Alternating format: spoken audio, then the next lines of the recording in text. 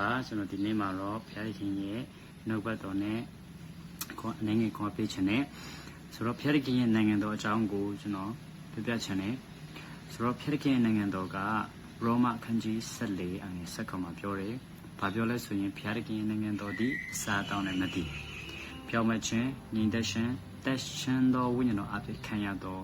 ဝမ်းမြောက်ခြင်းနဲ့တည်ပြီးလို့ရေးထားတာဖြစ်တယ်။အကြောင်းမလို့ဖျားခင်ရဲ့နိုင်ငံတော်ကပထမဆုံးအနေနဲ့အစားအတောင်းနဲ့မတည်ဘူးပြောတယ်။ဆိုတော့ကျွန်တော်ဒီနေ့မှာအစားအတောင်းနဲ့ပတ်သက်ပြီးတော့ကျွန်တော်အနေငယ်ပဲချင်တယ်။ဟုတ်ပါတယ်ကျွန်တော်ရဲ့နိုင်ငံတော်ဟာကျွန်တော်စားနေတဲ့အစားအသောက်မှာမမူတည်ဘူးဖြစ်တယ်။ဆိုတော့အစားအသောက်လို့ပြောတဲ့အခါမှာ၃မျိုးရှိတာကိုကျွန်တော်တွေ့ရတယ်။ဆိုတော့ကျွန်တော်တို့ပါဇက်ကနေစားတဲ့အစားအသောက်လည်းမှန်းတယ်လို့ကျွန်တော်မျက်စိကနေမြင်တဲ့အရာတွေနားကနေကြားတဲ့အရာတွေကလည်းနားကနေကြားတဲ့အရာတွေကလည်းဒါကစားနေတာတစ်ခုဖြစ်တယ်။အကြောင်းလို့ကျွန်တော်အများနဲ့မှပြောလို့ရှိတယ်။ဒီတစ်ပတ်ကတော့နှစ်ပတ်တော့ကျွန်တော်စားရမယ်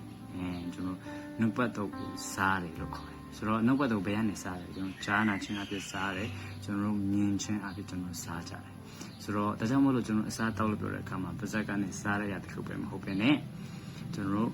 နားလဲပါတယ်ကျွန်တော်မျက်စိလည်းကျွန်တော်ပါတာဖြစ်ပါတယ်ဆိုတော့ပထမဆုံးအနေနဲ့ကတော့ကျွန်တော်ဖျားခင်ရဲ့နိုင်ငံတော်ကအစားတောက်မှမတည်ဘူးလို့ပြောထားတဲ့အတွက်ကြောင့်မို့လို့တေးချတယ်ကျွန်တော်အစားရှောင်ရဖျားခင်ရဲ့နိုင်ငံတော်ကိုကျွန်တော်ပိုးမြင်ခြင်းပြီးဆိုရင်အစားရှောင်ခြင်းကအရေးကြီးဖျားခင်နိုင်ငံတော်ကနတ်နေတယ်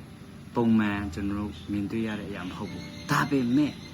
ယေရှုကဒီလောကကိုလာတဲ့အခါမှာသူ့ရဲ့နိုင်ငံကိုမိတ်ဆက်ခဲ့နိုင်ငံတော်နဲ့ရှင်တော်ဧဝံဂေလိတရားကိုဟောတယ်အဲ့ဒါကယေရှုဖြစ်တယ်ဒါကြောင့်မလို့ယေရှုပြောတဲ့ကျွန်တော်သူ့ရဲ့နိုင်ငံတော်ကိုလည်းကျွန်တော်မြင်တွေ့ဖို့လိုတယ်ဆိုတော့ကျွန်တော်ဘယ်လိုမြင်တွေ့မလဲယေရှုကသူ့ရဲ့နိုင်ငံတော်ကိုစမဟောခင်မှာ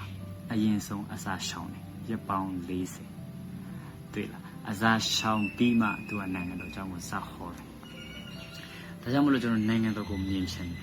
ဘာရင်လို့ရမလဲကျွန်တော်နံပါတ်1အနေနဲ့အစာရှောင်ဖို့လိုတယ်ကျွန်တော်စားတဲ့အရာကိုရှာဆောင်ဖို့လိုကျွန်တော်အစာတွေမရှိတဲ့အခါမှာဖျားခင်ပို့ပြီးကျွန်တော်ကိုစကားပြောလို့ရတယ်ကျွန်တော်ကိုပို့ပြီးတော့ဖွင့်ပြပေးလို့ရတယ်ကျွန်တော်ဖျားခင်နိုင်ငံတော်အကြောင်းကိုကျွန်တော်ပို့ပြီးတော့တီးခွင့်ရလာမှာဖြစ်တယ်ဒါကြောင့်အစာရှောင်ဖို့လိုတယ်ဒါ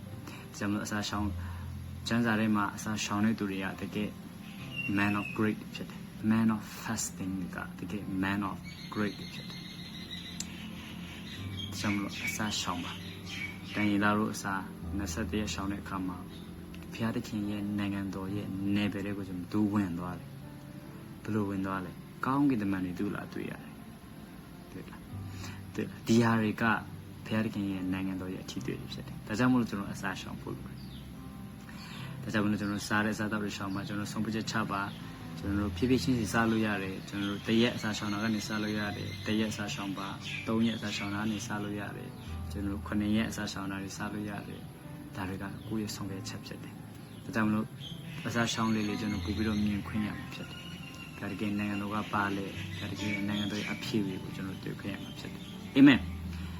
်ဧတထာကသူရဲ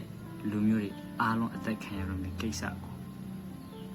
တခြားအရာနဲ့သူဖြည့်ရှင်းလို့မရတော့ဘူး။ဘာနဲ့ဖြည့်ရှင်းတယ်လဲ။အစာရှောင်ခြင်းနဲ့ဖြည့်ရှင်းတယ်။အစာရှောင်ခြင်းဆိုတာပါတယ်။ဘုရားသခင်ရဲ့နိုင်ငံတော်ကိုအလုံးလုံးခွင့်ပေးလိုက်တဲ့အရာတစ်ခုဖြစ်တယ်။ဒါကြောင့်ဘုရားသခင်ရဲ့နိုင်ငံတော်ကျွန်တော်အထက်မှာအသက်တာထဲမှာအလုံးလုံးလာတဲ့အခါမှာဝမ်းမြောက်ခြင်းတွေရောက်လာတယ်။အဖြေတွေရောက်လာတယ်။ဒါကကျွန်တော်ဘုရားသခင်နိုင်ငံတော်အခွင့်ပေးခြင်းတစ်ခုဖြစ်တယ်။အာမင်။ဆိုတော့နောက်တစ်ခုအစာရှောင်ခြင်းမှာပါလို့လဲဆိုတော့ကျွန်တော်ရဲ့မျက်စိအစာရှောင်ခြင်းဖြစ်တယ်။ကျွန်တော်တို့ကတစ်နေ့လုံးအစာရှောင်န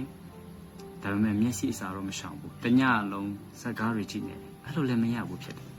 ဘုရားတခင်ရင်ကျွန်တော်အစာရှောင်တယ်လို့ပြောတဲ့အခါမှာကျွန်တော်မျက်စိအစာလည်းရှောင်ဖို့လိုတယ်ဘာကြောင့်မလို့မျက်စိကအရေးကြီးတယ်လဲဘုရားတခင်ကယူပါယုံနေဖွင့်ပြခြင်းတယ်ဒါပေမဲ့ကျွန်တော်ရဲ့မျက်စိကအစာမရှောင်ထားတဲ့အတွက်ကြောင့်မလို့ဘုရားတခင်ဖွင့်ပြခြင်းနဲ့ယူပါယုံနေကျွန်တော်မမြင်နိုင်ဘူးဖြစ်တယ်ဒါကြောင့်မလို့ကျမ်းစာဆက်ကပြောတယ်မဿဲခန်းကြီး6အငယ်20နဲ့23မှာဘာပြောလဲဆိုရင်မျက်စိကကိုယ်စီမီဖြစ်၏ထို့ကြောင့်မျက်စိကြည်လင်တကောလုံးလင်းလိုက်မည်မျက်စိမေးရှက်တကောလုံးမိုက်လိုက်ဒါကမျက်စိအရေးကြီးပုံကိုကျမ်းစာထဲမှာကျွန်တော်တွေ့ရတယ်ဒါကြောင့်မလို့ကျွန်တော်တို့အစာရှောင်တယ်လို့ပြောတဲ့အခါမှာကျွန်တော်စားတဲ့အရာပဲရှောင်တာမဟုတ်ပဲနဲ့ကျွန်တော်မျက်စိအစာလည်းရှောင်ဖို့ တခြားအရာတွေမကြည့်ဘူးဖျားတခင်ရဲ့မျက်မှောက်တော်ကိုပို့ကြည့်ပါဖျားတခင်ရဲ့နှုတ်ကပတ်တော်ကိုပို့ကြည့်ပါယေရှုကိုပို့ကြည့်ပါဖျားတခင်ဒီကျွန်တော်ရဲ့မျက်စိကဖျားတခင်ရဲ့နိုင်ငံတော်ကိုကျွန်တော်ပို့ကြည့်ရမယ်ဖျားတခင်ရဲ့နိုင်ငံတော်ကိုကျွန်တော်မြင်စေတဲ့အရာတွေကိုကျွန်တော်ပို့ကြည့်ပါဖျားတခင်နှုတ်ကပတ်တော်တွေကိုနားထောင်ပါကျွန်တော်ကမျက်စိကိုအခွင့်ပေးခြင်းဖြစ်တယ်ဖျားတခင်ရဲ့နမိတ်လက္ခဏာလောက်ခြင်းတွေကိုကျွန်တော်များများကြည့်ပါဖျားတခင်တကူနမိတ်လက္ခဏာတွေများများကြည့်ပါတရားကျွန်တော်မျက်စိကိုအဲ့ဒါအစာရှောင်နေခြင်းဖြစ်တယ်အစာရှောင်ခြင်းဆိုတာတကယ်တော့မလိုအပ်တဲ့ဟာတွေဖယ်ပြီးတော့လိုအပ်တဲ့ဟာကိုအာရုံစိုက်ခြင်းဖြစ်တယ်ကျွန်တော်မျက်စိကလိုအပ်တဲ့ဟာတွေကျွန်တော်ကြည့်ဖို့လိုတယ်အာမင်နောက်တစ်ခုအစာရှောင်ရမယ့်နေရာကတော့ကျွန်တော်ကြားနာခြင်းဖြစ်တယ်ကျွန်တော်ရဲ့နားဖြစ်တယ်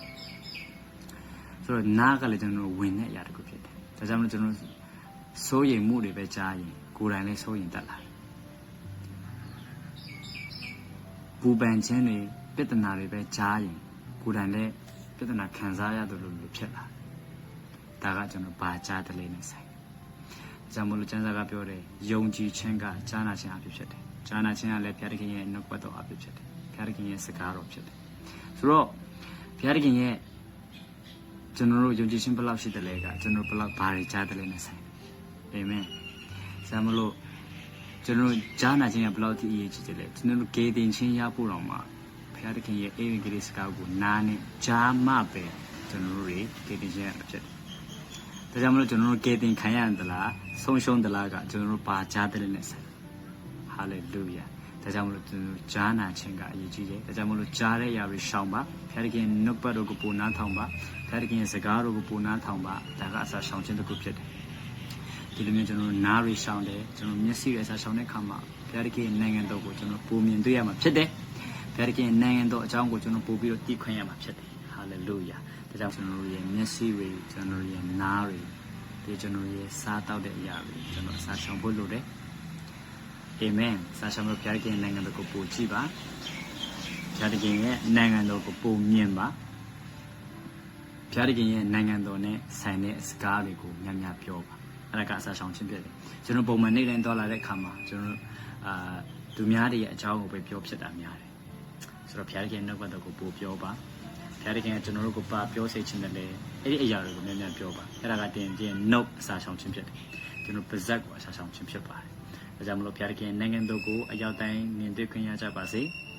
အားလုံးမှာဖျားရှင်ကောင်းချီးပေးပါစေအာမင်